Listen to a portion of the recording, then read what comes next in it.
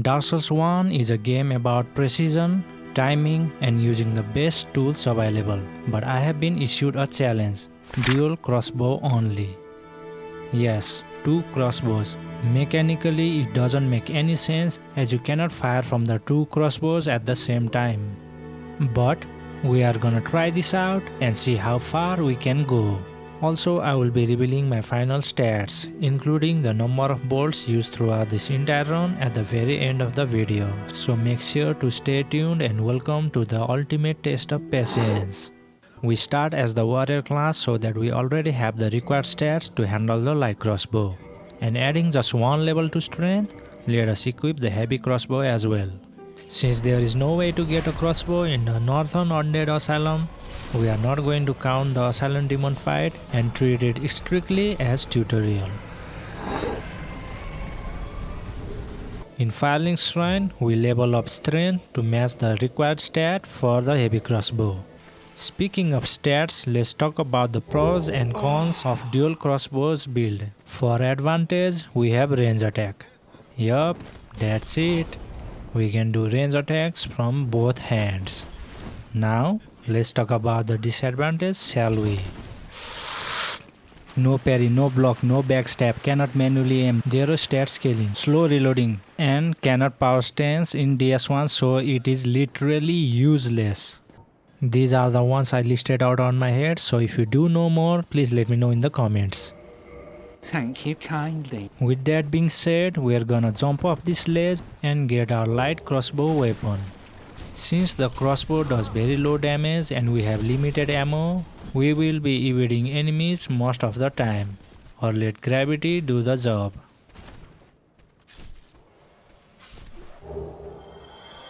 Since we did not have homeward bone, gravity is gonna claim another victim. With the souls gone, we march forward for the Taurus demon fight. But first, we had to deal with some hollows spamming range attacks in a 2 vs 1. Going into the boss fight, we immediately knew with our limited bolts and the terrible damage, we wouldn't beat the Taurus demon normally. So we had to rely on the game's true final boss, Gravity. But for that to happen, we had to offer some sacrifices to the Gravity Lord, which included ourselves.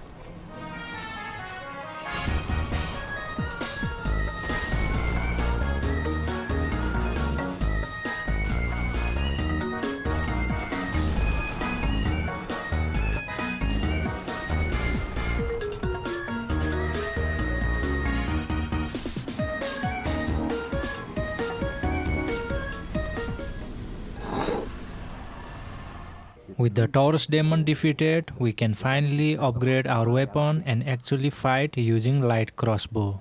But before all that, we have to do some serious grinding.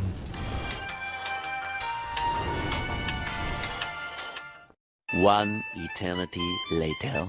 We then buy heavy bolts and use remaining ones to buy Titanite shard.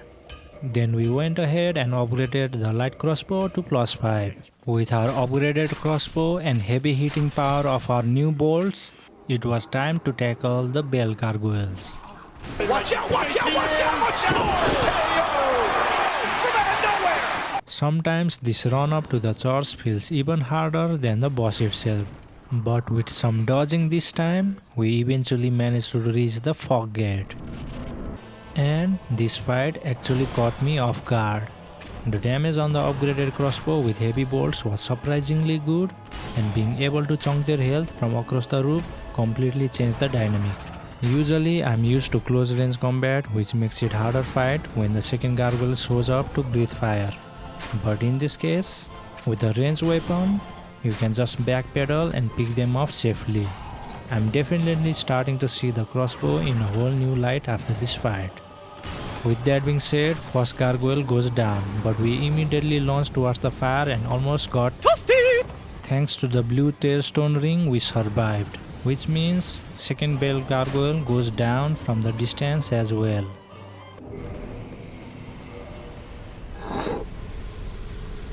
Boss fight is done and the bell of awakening is gonged. With the reward souls, we then buy weaponsmith box, extra titanites for the heavy crossbow, and remaining souls for the leveling. For the Capra demon fight, we used jump skip to directly reach the lower undead burg instead of using basement key, which obviously saves time and bolts. Upon entering the Capra demon fight, we are once again reminded how fast dogs are and how slow our weapon is. After surviving with little health, we immediately head up the ladder and restored it back. But the same cannot be said about dogs who goes down in each bolts, leaving only the Capra demon alive, who also collapsed after receiving some aggressive, non-consensual acupuncture via our heavy bolts. We then open shortcut back to the firing shrine only to find an unexpected visitor lurking near the firekeeper. Since the crossbows don't have a kick attack, we had to break our own rule for a split second by unequipping the crossbow for the first time and deliver a swift boot to the Golden Knight. Down in the depths, we fought for the custody of Large Ember. As always, victory was ours. Then we unleashed a rain of bolts upon the sewer rat, took care of Channeler from afar, denying him his right to dance, and then stumbled upon the heavy crossbow, our new best friend for the foreseeable future. But since it hasn't been upgraded yet, we will be using light crossbow against the gaping dragon. You can definitely see the damage between the unupgraded heavy crossbow and the +5 upgraded light crossbow. But still the damage is low and the boss health is very high. So slowly, surely, and with zero respect for my own free time, we chip away its entire health bar and defeated the dragon. With the heavy heavy crossbow now in action, we venture towards the Blight Town, where we got invaded by Mildred, and honestly, thanks for the free souls and humanity. Next up is Koilek. We went without locking on just to aim for the human torso for that sweet extra damage. The damage from the bow itself was still low, the fight was painfully slow, and instead of normal dodge, we executed a majestic jump directly into the afterlife. On the second attempt, we didn't even jump, we just completely forgot how to dodge entirely. Somehow, on our third attempt, we remembered how buttons work and successfully defeated Koilek. With the second bell down, we head down to the Demon Ruins to face Ceaseless Discharge. Ha ha! They call me the slowest bolt slinger in the history. And that's how it is done. Ceaseless gone. We return back to the Andre, ascended our heavy crossbow, buy some bolts, and head towards the Sen Fortress. Then we engage in a ranged duel with Richard, evicted Giant from the roof, and prepare to face the Iron Golem. Our damage against the Iron Golem was very bad, but we did manage to stagger it. Unfortunately, it recovered and smacked us with the giant axe that casually threw us right off the platform. Even on our second attempt, we failed to make it fall. So we resorted back to chipping away its health with bolts, and eventually it fell down. Since the weapon doesn't scale with anything, most of our stats go towards the health and endurance. Upon reaching Anor Londo, we got sniped by the knife from the both sides. Although we did eventually manage to pass this test, an even worse test was waiting for us around the corner. The infamous Anor Londo archers. Thanks, I guess.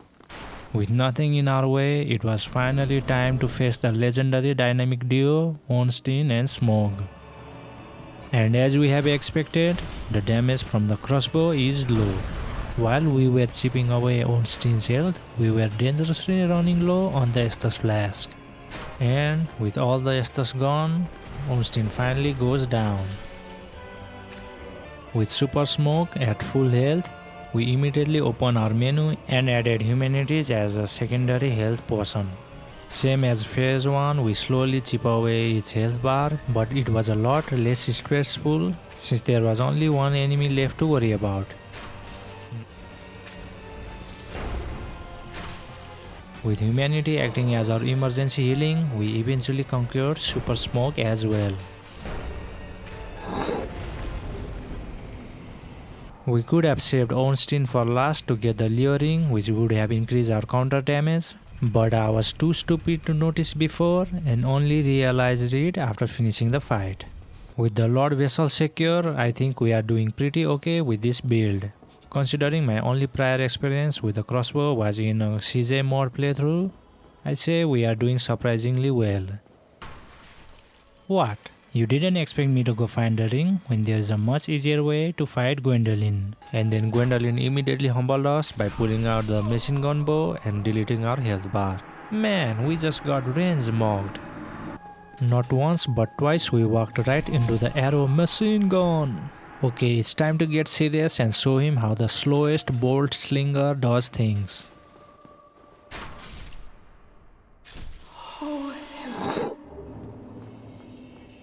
We level up some endurance and use remaining souls to buy heavy bolts. Next, we head down to the new London ruins to get very large ember and further upgrade our weapon.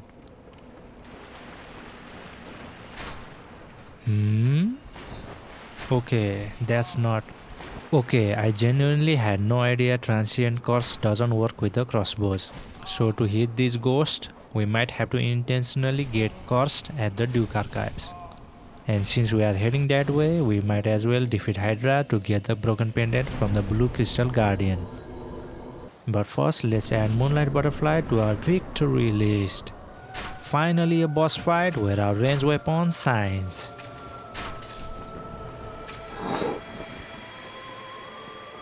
And now let's take on Hydra. Although we could not block, the fight itself is easy when you can snipe its head and body from a distance.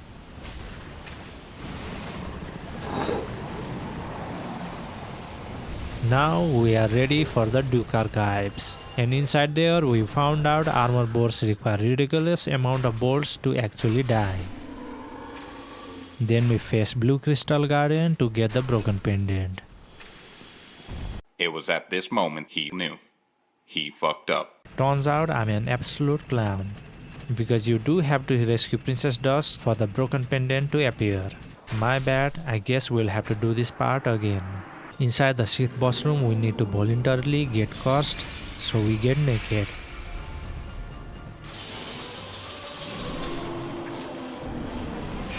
Now that we have been cursed, we immediately hit the roadblock. Apparently you can't shoot the jailer with the crossbow bolts from inside the cell. I remembered a Backlogs video mentioning this exact issue, so we unequipped the crossbow for a split second, slapped him with our bare hands, and just like that, we were free! With no fear of death and nothing left to lose, we went on a full suicide run to grab the giant door key.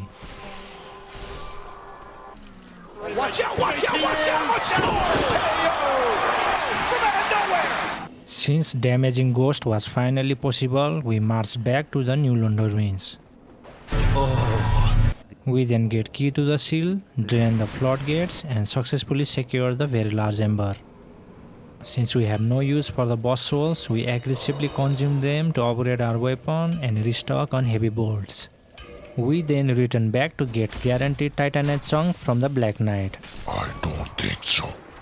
Anyway, we got our Titanite chunk on the second try and immediately upgrade our crossbow to plus 13.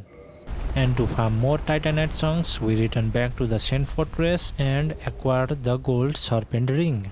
From there on out, with the Gold Serpent equipped, it doesn't take us much time to farm remaining Titanite chunks. Now only the Titanite slab remains for our final upgrade, and we can get it in the Northern Asylum. But before that, we remove our curse by using Purging Stone from the Hag Merchant.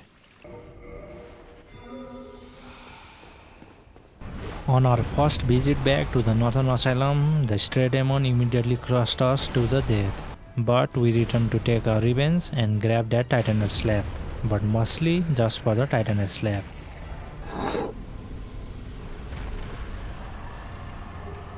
And also can't miss out on the peculiar doll. We dumped our souls into the lightning bolts just in case for the dragon fights. Here is the quick and easy way to unlock the contraption to the Priscilla fight.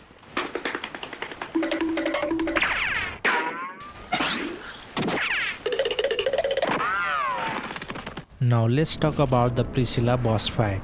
Since she is completely invincible and you cannot aim, you can officially call me Sir Miss a lot with the amount of shots I am missing.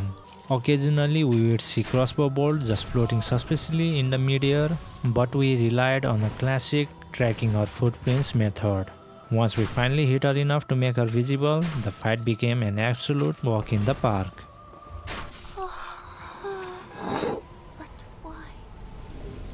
Next, we head down the crystal cave and took our shiny new lightning bolts to go see Sith the Scaleless. First encounter did not go exactly as expected. We died immediately and almost walked away with the curse. What's your offer? Round 2, we played the long game, slowly melting away his health bar with electric bolts and successfully defeated our very first Lord boss. Next on the list was Great Grey Wolf Sheep.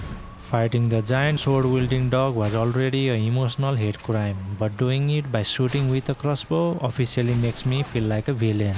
Luckily, our high damage bolts made quick work of him and we walked away with the Arthur's ring.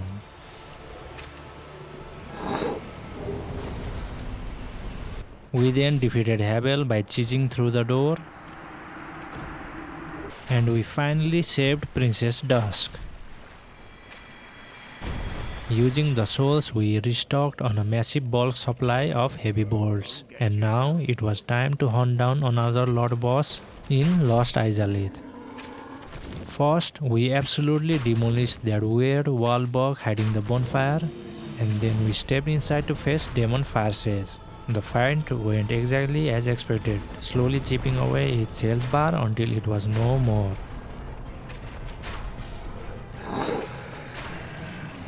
If you are wondering what my stats are in this moment, we have soft capped our endurance and going towards the resistance stat. Next up was the centipede demon. The fact that we could attack it while it was chilling out in lava was amazing. But not so fun fact was when it immediately started throwing giant balls of fire at us, reducing our character to pile of ash. On our second try, it decided to come closer. Since we already knew most of its moveset, we comfortably finished the fight without any more deaths. And finally, it was Blade of Chaos fight. We always have easy time with the first seal, but when it comes to the second seal, we either get thrown off the map or get crushed. Okay, it was sweep this time. Second attempt and second seal gone. And yes, we did get thrown off the map.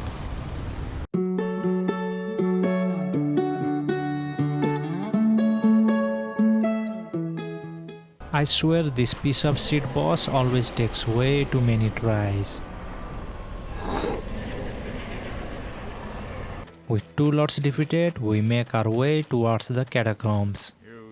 Shut up. We jump straight down from the catacombs directly into the pinwheel fight. And as you have guessed, pinwheel goes down fairly easily.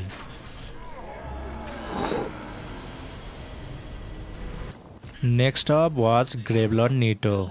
Does Divine Crossbow actually work on these skeletons? Or is it the same exact situation as Ghosts in New London? Do let me know down in the comments because I didn't test it. Instead, we just went full brute force into the fight and ultimately paid the price. So, in a true Dark Souls player fashion, we learned absolutely nothing from our first death, changed zero tactics, and ran right back in with the same exact brain-dead brute force strategy. I mean, this is the Dark Souls mentality right here, when you are too stubborn to lose. And honestly, it worked this time. Now we only have one Lord boss left. who is also the absolute nightmare matchup for our build. So naturally our master strategy here was to just brute force it again.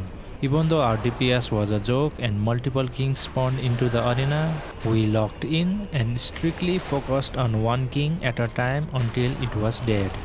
By sticking to this plan and also using humanities as our alternative healing, we eventually conquered the last Lord boss.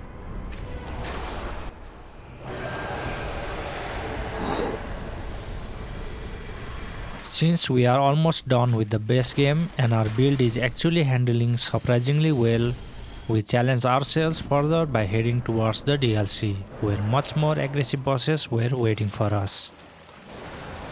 First up was Sanctuary Guardian. While our crossbow damage was decent, the sheer aggressiveness of the boss absolutely wrecked us. On our second try, thanks to our range attacks and clean dodges, we successfully defeated the monster.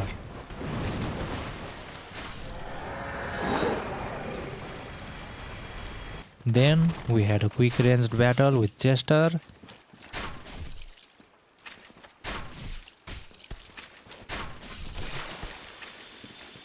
And it was time for the Arthurius fight.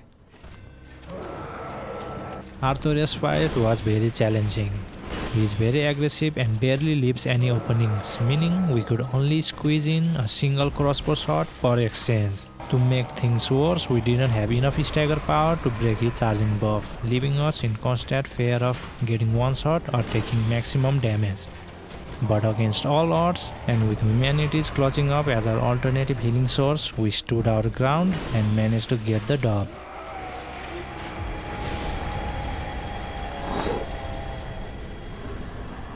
Next up was the Calamite fight. Since he is a dragon, we went ahead and bought a lot of lightning bolts to exploit the classic dragon weakness. But looking back at this now, I realized the boss is pretty much resistant to everything and we would have been okay with the heavy bolts. Good job, me. Anyway, we went into the dragon fight and started throwing lightning bolts, and to absolutely nobody's surprise, the damage was incredibly low. So yeah, this fight requires ultimate level of patience. Even though we were losing half of our health in a single attack, we slowly chip away at his health bar, and luckily, Calamite's long fire breathing animation actually gave us enough time to safely land multiple shots per exchange.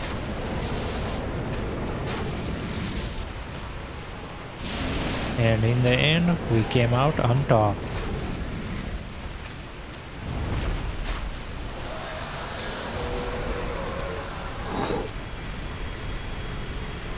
Surprisingly, we are doing way better in the DLC than expected. Our only actual death to a boss so far was against the Sanctuary Guardian, meaning we managed to defeat much more powerful and aggressive bosses on our very first try.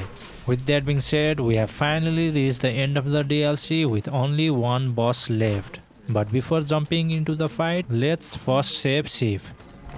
You sir should be ashamed of yourself bullying such a poor dog. And you too. Now it was time for the final DLC showdown. We stepped into the arena and immediately started blasting heavy bolts. Then we played the game with absolute patience, only firing our weapons when Manus was locked into his long recovery animations, and using Silver Pendant to deflect his dark magic attacks.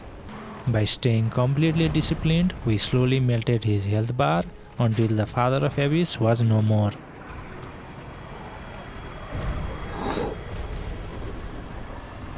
With the DLC entirely conquered, it was finally time to head to the Clean of the First Flame and face Gwen.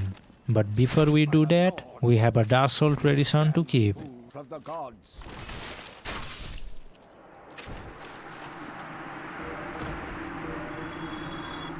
Now, with all the Lord souls consumed by the Lord Vessel, it was time to face Gwen. We fully expected this fight to be a brutal challenge since Gwen is famously aggressive, but surprisingly, whenever we fired a bolt, he would get locked into the dodge animation, yet he would still get hit by the projectile. So yeah, this fight actually became way easier with a crossbow than it would have been with any close range weapon without parrying.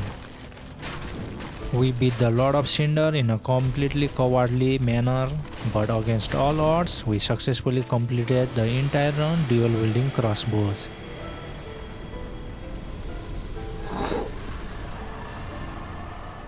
If you are still watching, I really hope you guys enjoyed the video. Make sure to hit subscribe and drop a comment below letting me know what challenge you want to see me tackle next. I will be revealing my final stats of this crazy playthrough, and with that being said, I will see you guys in the next one.